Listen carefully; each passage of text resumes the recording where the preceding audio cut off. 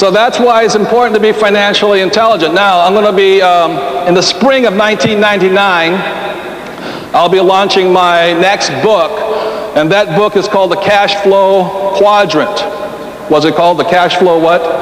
Quadrant. And I'll show you the cash flow quadrant now. I showed it to the directs the other day. This is the cash flow quadrant. And I think this has tremendous relevance to your life or your work here. This is what my rich dad showed me. The cash flow quadrant, the E stands for employee. What does E stand for? Employee. Very good. What does S stands for? Self-employed. What does S stand for? Self-employed. B stands for business owner. What does B stand for? Thank you. And I stands for investor. What does I stand for? Investor. So, the reason it's called the cash flow quadrant, it's because it's where does your cash flow from. So let's say you're a postal worker and you have a W-2, then you're an employee. The trouble with being an employee, who gets taxed the hardest? Employees. That's the problem with getting a nice, safe, secure job. So what a lot of people did during this downsizing days and all that, well, let me first say this. The self-employed person, a lot of people say they own their own businesses, which is true. But there's a difference between a self-employed business person and a business owner. And the difference here is this. A self-employed business person cannot leave the job. In other words, if they left, the income would go up or down. Down. In many cases, this is an electrician, a plumber, a dentist, many small business owners, etc., salespeople. They're self-employed. A business owner, on the other hand, the defining thing my rich dad said between a business owner was a business owner could leave the business for a year or more and come back, and the business would be running better, income would be up, and you could go off for another year if you wanted. And that was a defining difference here between a self-employed business owner and a business owner. Those are the differences. So one of the things that my rich dad taught me is you have to learn to work with people, and you listen to a person's words. I can tell an employee by their words. When somebody comes up to me and says, I'm looking for a nice, safe, secure what?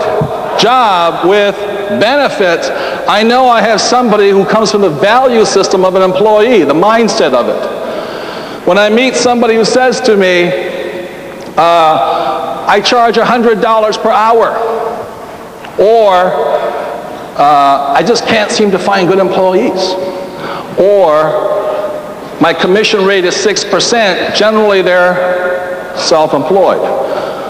The problem that I found in education, academic education, is they tell people, my poor dad said was go to school and find a nice, safe, secure what? Job. This is my poor dad's advice. And what my rich dad said to me was, don't bother with that, go this way, build companies, build businesses. My rich dad said to me, if you want job security, own the company. That was the best thing you could do. So I learned to build businesses here. Just as a stat for you, if you're interested, is that the average rich person throughout the world, 30% of their income comes from here and 70% comes from there. And the average poor middle class person, their income comes from here. And that's the big difference there. So that's why I wrote Rich Dad, Poor Dad, is to become wealthy, you have to learn to have businesses or other people work for you. So my rich dad taught me was this. He says that a business owner, what they're always looking for are excellent systems and excellent people. And that's what I study, systems and people. There's three kinds of systems primarily in the world today. One's a C corporation. IBM is a C corporation. Most rich people own C corporations.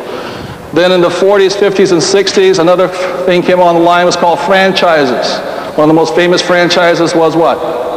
McDonald's, today the largest landholder in the world. And in the 50s, 40s, 50s, and 60s, franchises were considered illegal. And then there came out a new one in the 60s, a thing that most of us are in here, is a thing called network marketing. And that's a business because it's a system with what? People. That's what makes it a system, that the individual can actually move on and have a system and people work for them. I have personally, my oil company, my mining company, my real estate company, some education companies are primarily C corporations. One of them went public off of the Canadian Exchange in Vancouver. The other one I have here is I've built franchises. But when I looked into it, when I met some individuals who are with the Jaeger organization, I started considering network marketing. I considered building one myself. But the more I looked at, so I went around and I looked at the different organizations, and I came back to this one. There's one reason for it, is in my opinion, what the Jaegers have done is built the best system in the world right now to make the best people.